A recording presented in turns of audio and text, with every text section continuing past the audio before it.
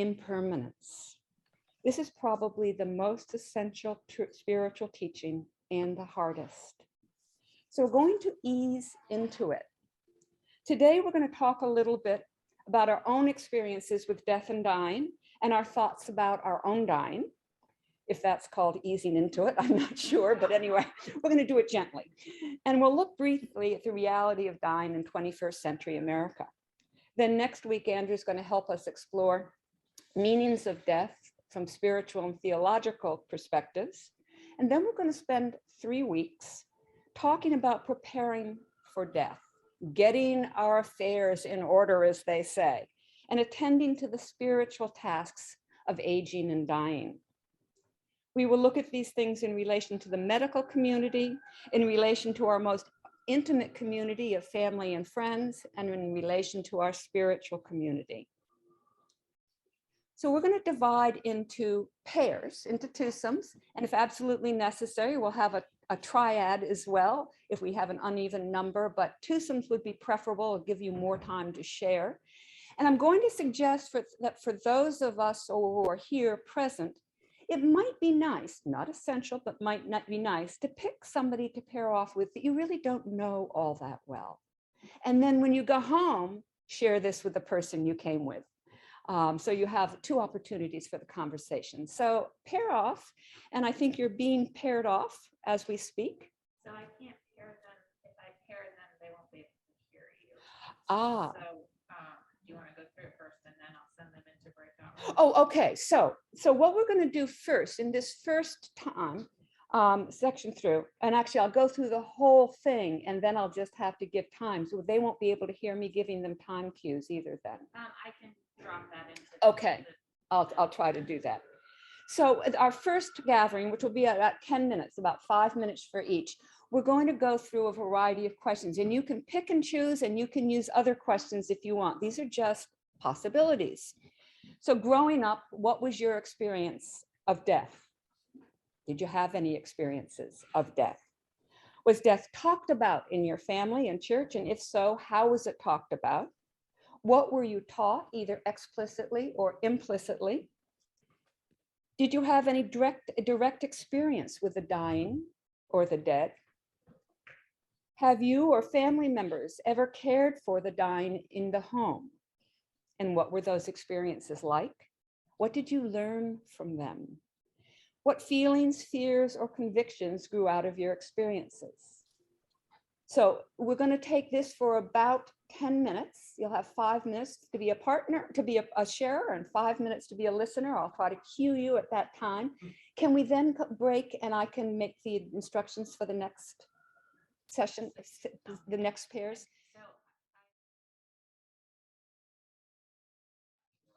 Okay, so we're going to stay with the person you're with, and we're going to shift gears a little bit now. And I'd like you to start to talk about what you think dying well or dying wisely means. What would dying well look like? And a second question, if you could choose, what would your own death be like? Yep. So you can be as specific as you want, but you don't have to flesh it out. And I'm sure that was a good choice of words, but at any rate. But you can say, of what, when, how, with whom, just what would you, where, what, just very briefly. And you're only going to have about 2 minutes each to do this. And then I'm going to pause you again and ask one last question that will be even briefer. So 2 things, talk a little bit about sharing a little bit about 2 minutes each of what dying well or dying wisely would look like. And if you could choose, what would your dying be like?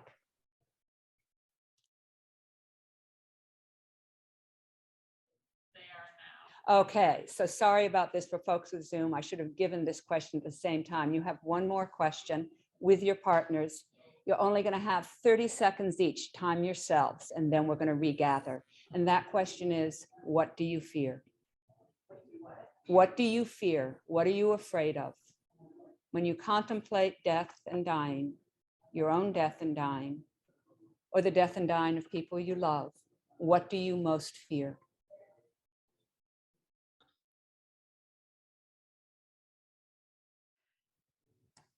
So we're just going to spend a few minutes really listening to what came out of your discussions. And this is just open free. So beginning with, anywhere you want to begin with of your experiences when you were growing up, what you learned implicitly or explicitly, your just all the family, church, what you grew up with in the concept of death and dying. And then also, what would a good death look like or dying well look like? What about your own death? And what are you afraid of? But let's start with the experiences. So anybody want to start sharing what some of their experiences were and see if we can find any common threads?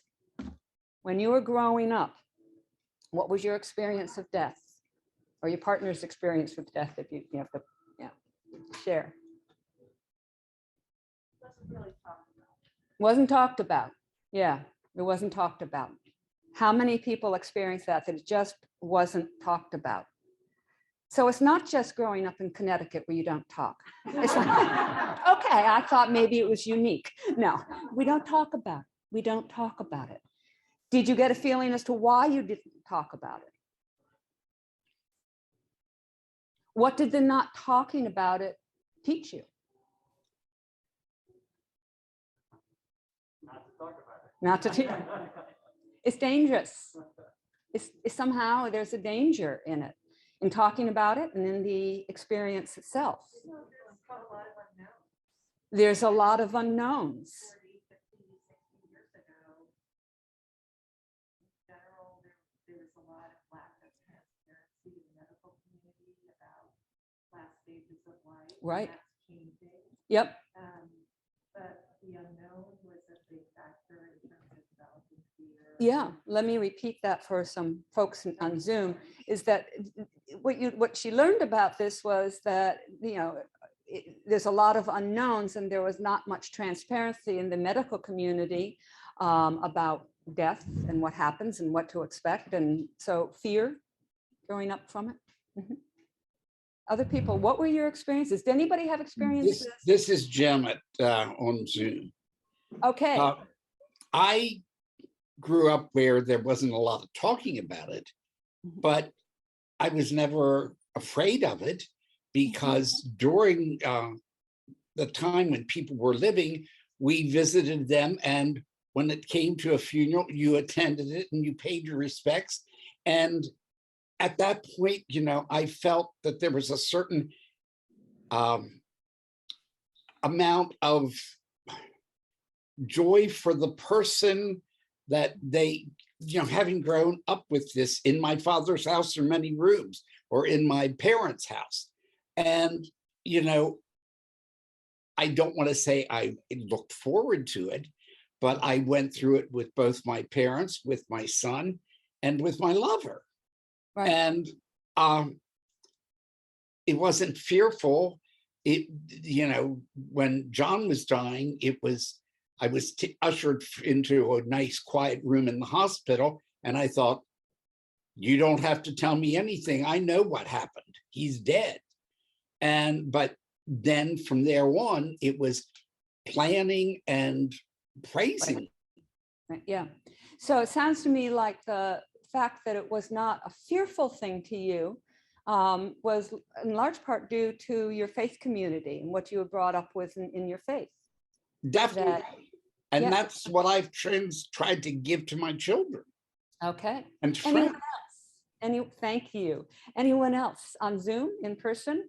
What were did anyone have experience of someone dying in their home? Yep, here we've got one.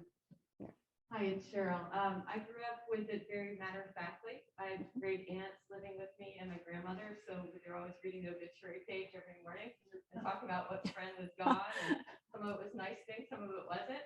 So it was kind of very matter-of-fact. We had open casket funerals growing up where I was, and I was encouraged to touch my relative's hand or something, and it was scary at first. I remember when we talked about that, but we were. But you were there and present. Yeah, that's interesting. I had the experience of a great aunt coming to my home to die. And She was in the guest room. It was completely hidden. Now, keep in mind, we were a family of Christian Scientists, and you don't die when you're Christian Scientists. So it all becomes a little awkward around that time. But you certainly don't talk about it. Nothing's done. There are no services of any kind whatsoever.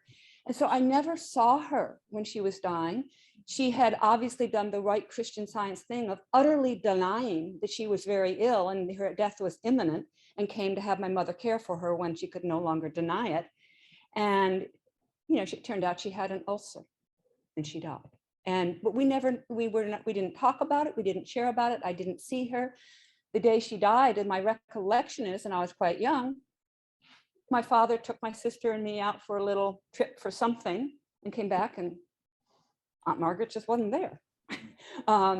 So yeah, and so this was like, boom. And yet you had such an open experience, a forthright experience about it. Yeah. This is Andrew. I kind of feel in between. Like, Yeah. I feel like my family talked about the things they could manage around death very openly. So wills, future plans, things like that. But the question you asked us, what do you fear when you die? That was like, that kind of thing was never discussed. Or Right. even, Right. what do you think actually happens beyond kind of the church regurgitation of Right. some stuff up surface stuff, but the actual like vulnerable, how do you feel about Right. your own death? Right. That's the kind of stuff that wasn't talked about. Yeah, that's really getting too deep, too touchy there. Anyone else, your experiences? And then we're going to move on to some of the other questions. I think it does depend. I think it's Barbara here. It's all- I think it does depend on age Yep. when you ask that question, because when you're very young, Yeah. you're surrounded by your siblings or relatives at funerals, and your family's kind of doting on you. So it's not, for me, it wasn't a terribly scary thing to Yeah. go to a funeral for a grandparent or an elder relative. But as you get older and the process becomes more real, there's a shift in terms of how you think about death and what you experience from it. Right. So it's age dependent. Right, yeah. Let's, Another thing like that, and Cheryl had a similar experience. But when I was very young, I was very close to the older couple who lived next door. And when she died, she was laid out in the living room in front of the fireplace. And I had chicken pox at the time. So everybody cleared out so Diane could go and see Mrs. Shields. yeah, interesting. So we're going to shift. Okay, do you want to talk on it? We're going to shift gears just a little bit now, or not a little bit, kind of a lot. What would it look like to die well? And what did you talk about in relation to what would you like your death to be like? What would it mean to die well for you? Anyone? Where would you die? How would you die? Would it be sudden? Would it be advanced knowledge? Who would you be with? What would it be like? What is a good death, if there is such a thing? Peaceful. Peaceful. That you feel a sense of completeness, Completeness. that there, from the arc of your life, that you've accomplished Okay. and have accomplished and maybe been enough Mhm. to please Okay. the creator. So a sense of completeness. The arc of your life has been a full one. You've Right, accomplished and what there you. are no hanging regrets, that you also become complete with Yep. people you've known in your past. No loose ends, no regrets, no regrets. Things that needed to be said were said.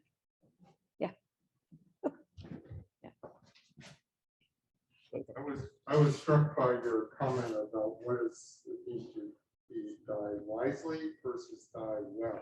I mean, they be different things. And we were talking about the idea of dying wisely being how we think about how other people's needs are. And dying well might be how you think about how you. Interesting. want to do. That's a really good way of putting it. And I got to say that as a pastor, I have seen both things that were dying really, really well. It's just you step back and you say, whoa, that's how it needs supposed to be done. And people who also did it very wisely, that they were so focused in their dying on how other people were doing that they imparted incredible wisdom and gifts and completeness in that process. And I was in awe, in awe. Others, your own death. I just have a caveat to that question. It reminds me of the old question when you're pregnant and there's all this talk about, how do you want the birth? And what is your birth plan? And then you have to maybe throw it out And when then it comes. you throw it all out and something untoward happens and it just happens and the baby comes. Right. So there's, I sense for myself, and I was Yeah. in that experience.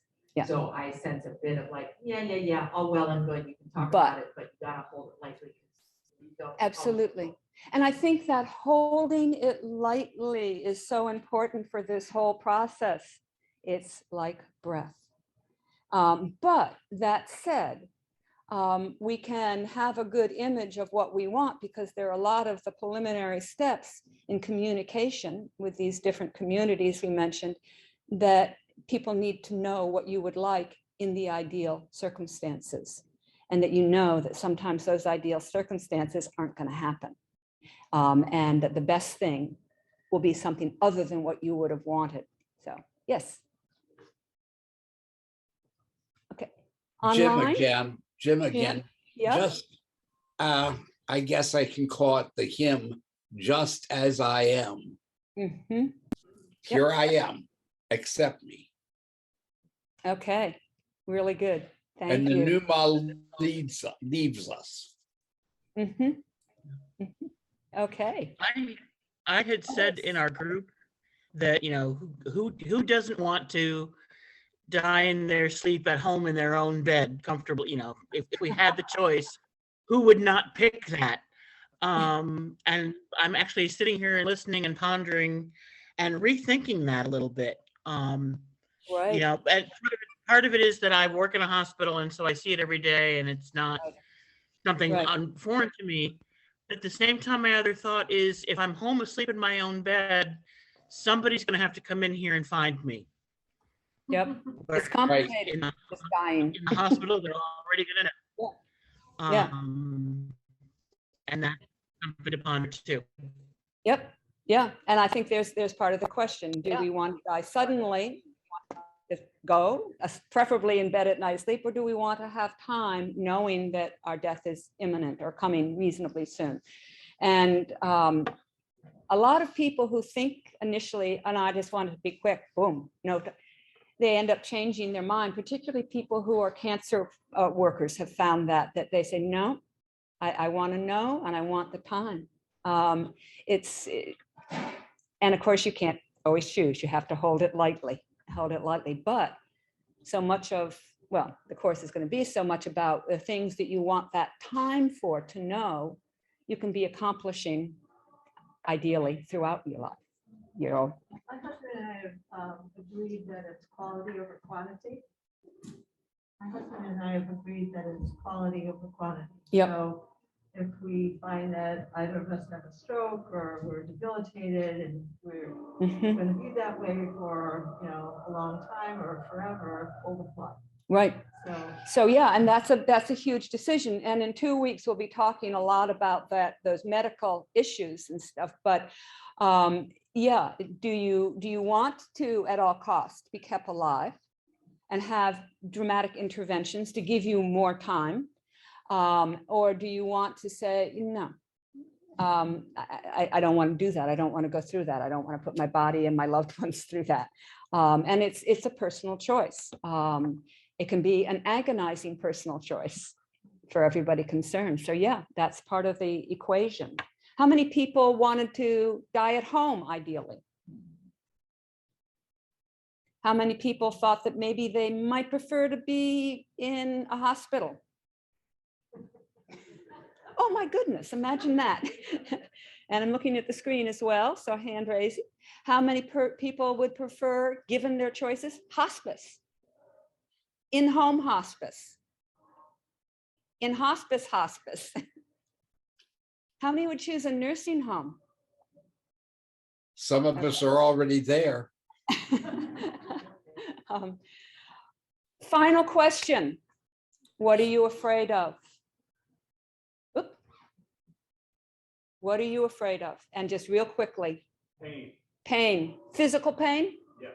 physical pain. Mhm. Not being able to say goodbye.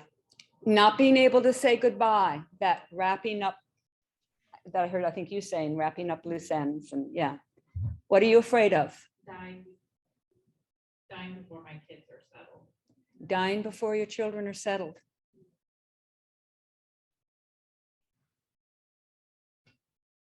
Other people, what are you most afraid of? Okay. I really, Joanne. oh, Joanne, sorry, I couldn't see that. Oh, Okay. okay.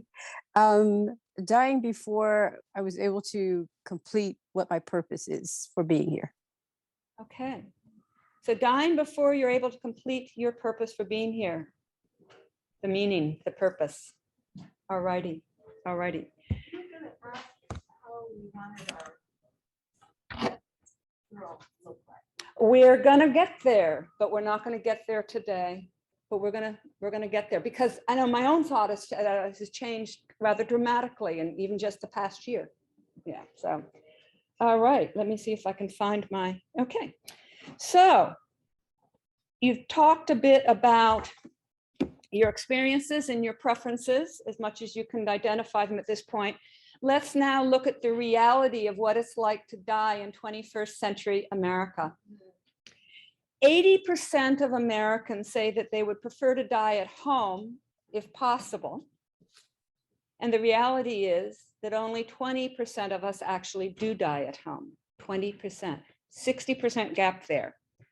About 60% of us will die in acute care hospitals, and another 20% will die in nursing homes. And I don't know that hospice was figured in this. That may not be as big yet. So hospice may be partly included in the at-home. But there seems to be a huge gap from what we think we want or know we want and what the reality of our dying in this time and place really is like.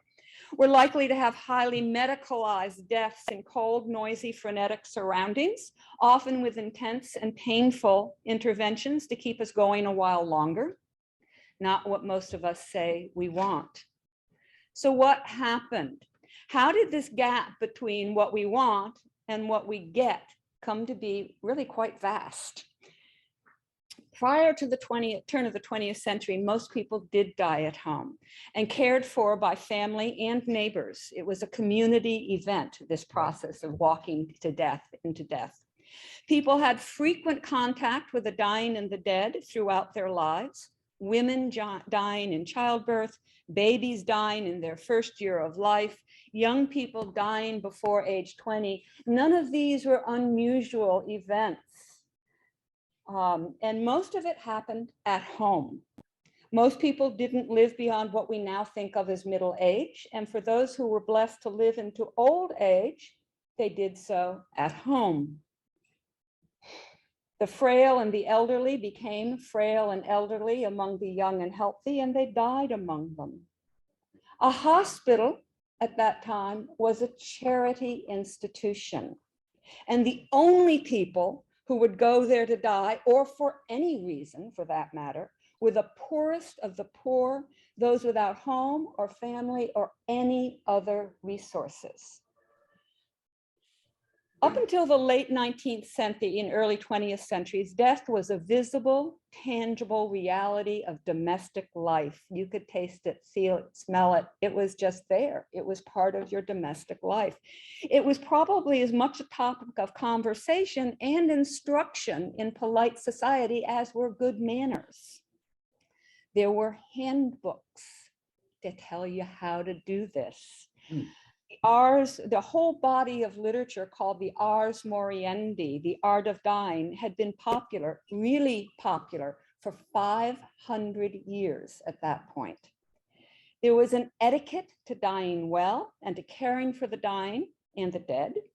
And it was an absolute given that living well and dying well were inextricably bound together.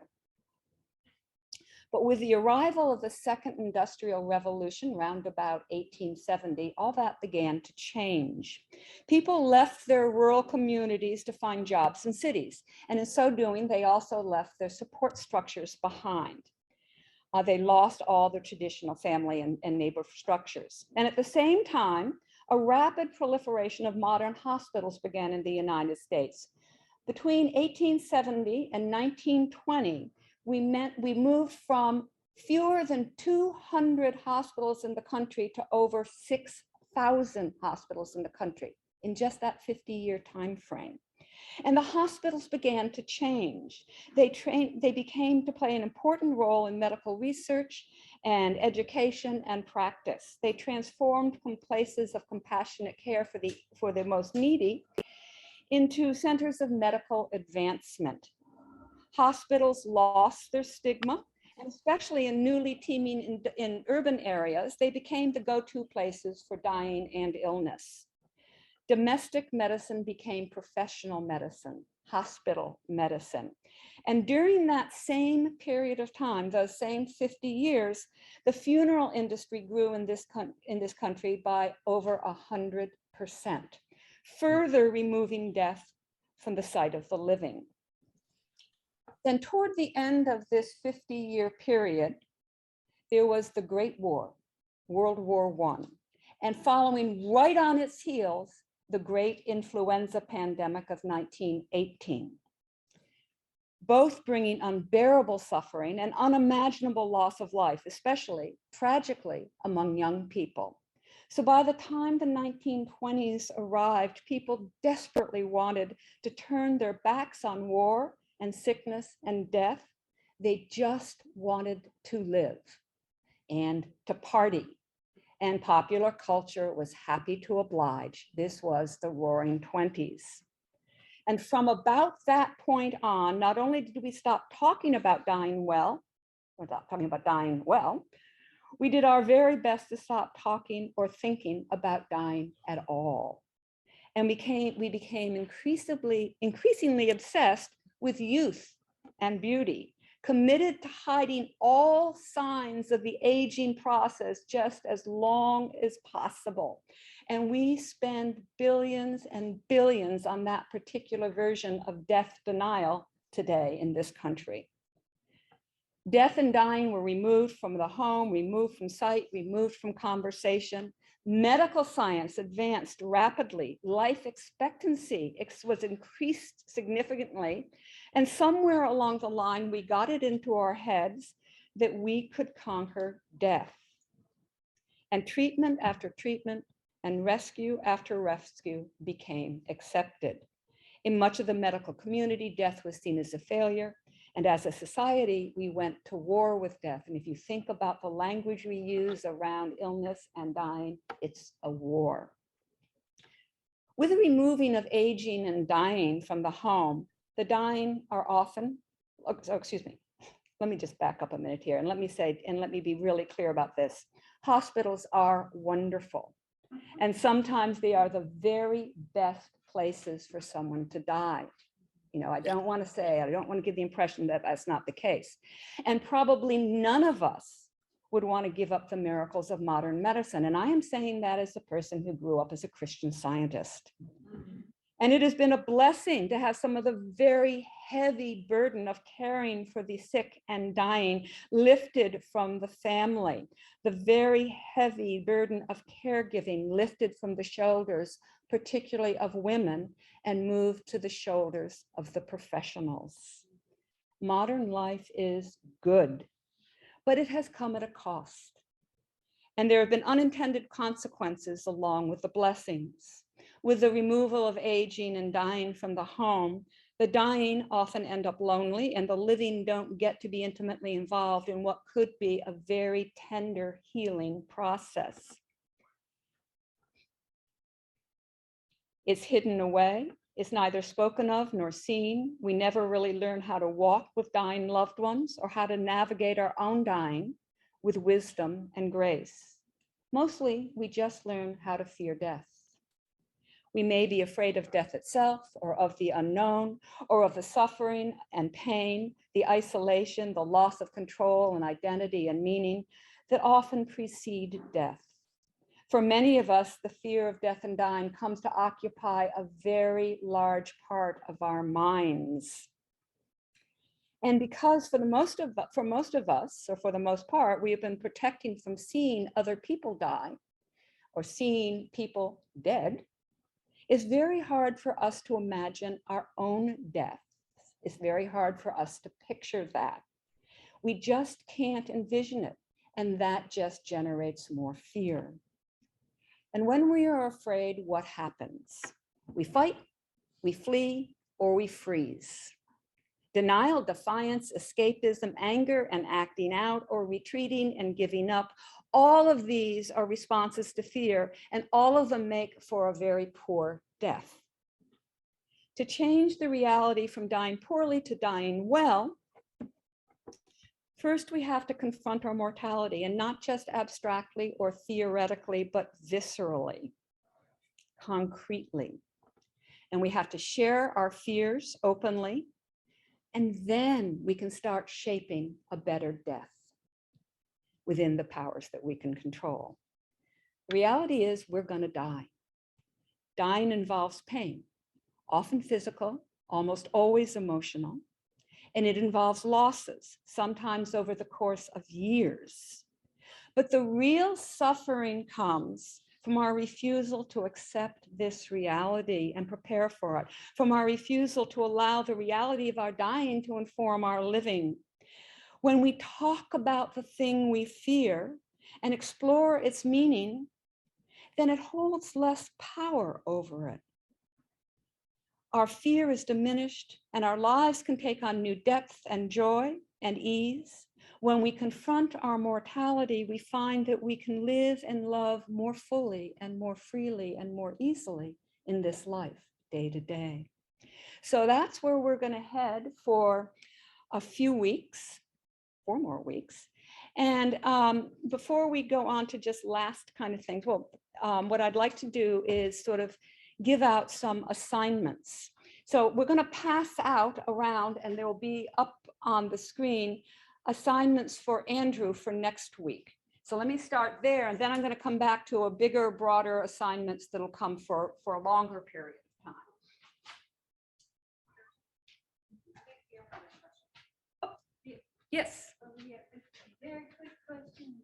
What you were just reading, is that an American author, and is that attitude about dying in history, is that for America or Western? Well, I was talking only about America, and I really can't speak for, and the statistics were from this country. And both the statistics about the movement and growth of hospitals and the gap between what we say we want, and it was all for this country. And a lot of the history regarding the growth of hospitals and medical care was very different, particularly the growth and professionalization in terms of medical services and knowledge came much earlier in Europe and in Great Britain than it did here. We were behind the mark on that. And in fact, the place where that began in this country was at Johns Hopkins. That was the place where that whole shift started in this country. So the assignments for next week, there are a whole list of them. Do we want to read through that, or? I think it's self-explanatory. Yes. Okay. There's 5 scripture verses and questions that go along with it. Mm-hmm. For those of you at home, if you want to jot down the questions, jot down the text. I'm not sure if Rachel, do you have a better way to get it out to people? Yeah, I can make it work. Yes. I took a picture of it. Yep, you can. That's true. You can snap a picture, do a screenshot if you're able to from home. Julie wins the class participant award of the day. Ta-da! How do you take a picture? How do you take a picture of it? I just took it with my cell phone. Oh, Just gosh, what a Your wonderful idea. Oh, Your goodness. smartphone. You can do a screenshot of it. Yeah, or a screenshot, sure. Yeah. Yeah, okay, yep.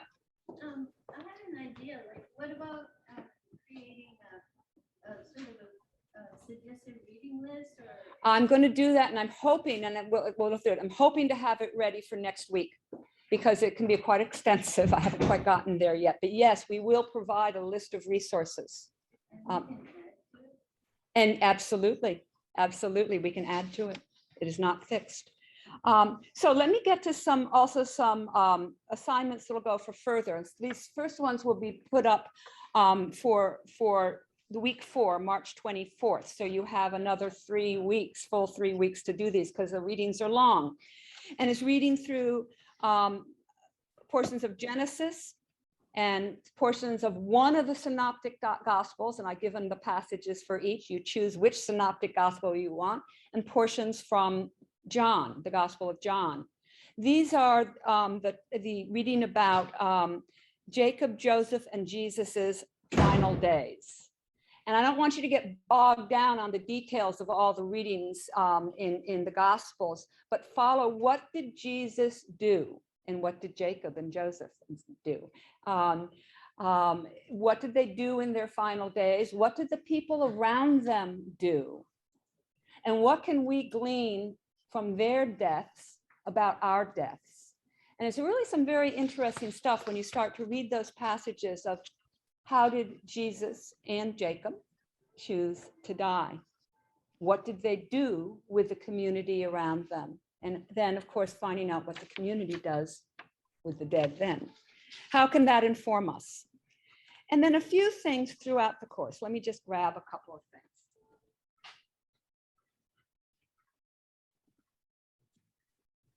There's a spiritual tradition or practice called Memento Mori. It means Memento Mori, remember you will die. You shall die, you must die. So Memento Mori. And it's a long sort of spiritual practice, and it often involved visual reminders. So it was choosing or finding reminders just to remind yourself that periodically you're going to die, and help that inform your living. And sometimes it's as simple as a visual reminder, and one of the most common is hourglass. And I can never stop thinking about the days of our lives as the days of the grain. We're not going to go there. The days of our lives is probably the one thing in our culture that absolutely defies the rule of impermanence. It's been going on since 1965, over 14,000 episodes. But anyway, an hourglass is a really good visual reminder. But find ways throughout this next 4 weeks of reminding yourself, not dwelling on it, not obsessing on it, but I'm going to die. We're going to die. This person is going to die. And see how it informs your living. And again, this is not obsessing, this is not dwelling, it's facing the fact and trying to integrate it into your living. You're going to die, sometimes a little visual. And please consider keeping a journal. Now, I personally thought that a decomposition book made really good sense for the class on death and dying. So I picked up myself a decomposition book. I love this brand of books, and for my journal. And this one just happens to have skulls on it, very pretty skulls on it. So it becomes another Memento Mori as well. Keep a journal. Journal about the passages that you're reading for next week and all the ones that we just gave you, and other assignments that you'll get throughout. Journal about the questions that we were talking about this morning. Just keep the conversation open and share it and journal about it, particularly about what would you like your death to be like and what are you afraid of? Put it down there, think about it. It's not going to get any better by not thinking about it. And another form of Memento Mori is a spiritual exercise just called the last time. And again, this is not to obsess, but simply, I did this the other day. My husband and I were sitting over tea after breakfast or lunch or whatever. And I remember just looking at him and thinking, what if this is the last time we ever do this together? What if this is the last time we do this? Or what if this is the last time I'm washing dishes after dinner or preparing a meal? Just stop in, yay. Yay. Just stop Whatever you're doing periodically, and again, this is not to obsess, this is not to dwell, is simply to raise up before us that every moment is exquisitely precious. And there's an amazing reality when we do this, that when we realize this could be the last time, our days are numbered, we are mortal, it can change everything. And let me just say a very quick story. I have a sister, Patsy, my beloved sister, Patsy. She's only 16 months older than me. We are like oil and water many times, and we've had, like many siblings have, many decades now of kind of a taut relationship. We're different. We saw the world differently. We do. And years ago, I don't know if it was 15 years ago or 20 years ago, but maybe 15, Patsy came so close to dying that people in the hospital were sure she wasn't going to make it. There was nothing that could be done. She was that close. And I remember at that moment thinking, this may be the last time I have my sister. And everything shifted at that moment. And all the years of grinding and struggling and rather being right than being happy melted away. And it has never changed since. Every moment I think of my sister, and we live far too far away from each other, I think, oh, I get to see Patsy, or I get to talk to Patsy. And it's never changed since that moment. So sometimes just sitting there and saying, what if this is the last moment that I see Rachel? Every moment becomes so precious, and it really does change our living. So I really urge you to do these things that sound morbid, and they really aren't. This does change our lives. So we need to stop, but we also, for those of us who are here, and I can stay online, I'm not going anywhere because I'm going into worship and we have a few minutes, but I don't want to keep you any longer. But if there are questions, and we will get resources, and we're taking notes during this, so that we're going to come back and revisit probably in the last class what we talked about, some of the things today. So And we do probably need to wrap it up in 2 minutes, so just for Yep. those of us who have technology. yes, okay, so yeah, for the fact of technology, let's just wrap it up. So, but I'm here and in questions, and you also can easily all contact me and Andrew whenever you want for questions. So you know how to get us.